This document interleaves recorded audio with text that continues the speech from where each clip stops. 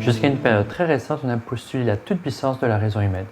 Ce n'est que très récemment que l'on a pris conscience de l'influence capitale de nos émotions. Sans elles, notre vie serait un long fleuve tranquille. Nous serions par exemple insensibles au danger, alors que la peur est un formidable système de défense. Outre la peur, l'on peut distinguer 5 autres émotions primaires: la joie, la surprise, la colère, le dégoût et la tristesse. L'expression de chacune d'entre elles sur notre visage est universelle. Là aussi, le comportement amoureux peut être considéré comme une émotion primaire. Ce sentiment complexe fait appel à des composants chimiques, érotiques, cognitifs et émotionnels, difficiles à séparer des uns des autres. C'est un véritable écheveau dont nous allons démêler les premiers fils. Notre cerveau s'est formé par étapes il y a plus de 500 millions d'années.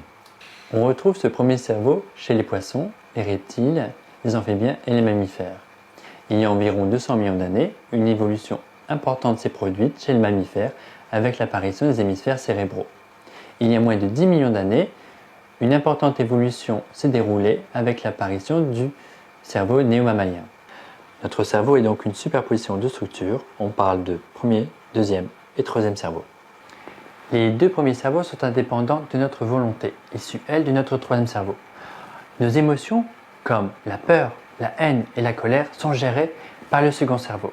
Par exemple, le fait de ressentir cette forte impulsion « je vais te tuer », mais nos émotions restent sous le contrôle du troisième cerveau qui nous empêche le passage à l'acte. Le second cerveau joue un rôle déterminant pour les musiciens et les athlètes de haut niveau.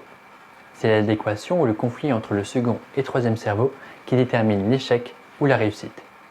L'art du coaching, d'ailleurs, s'appuie sur cette adéquation. Aujourd'hui, on mesure le quotient émotionnel où l'empathie, la maîtrise de soi et l'optimisme sont devenus les nouvelles vertus cardinales.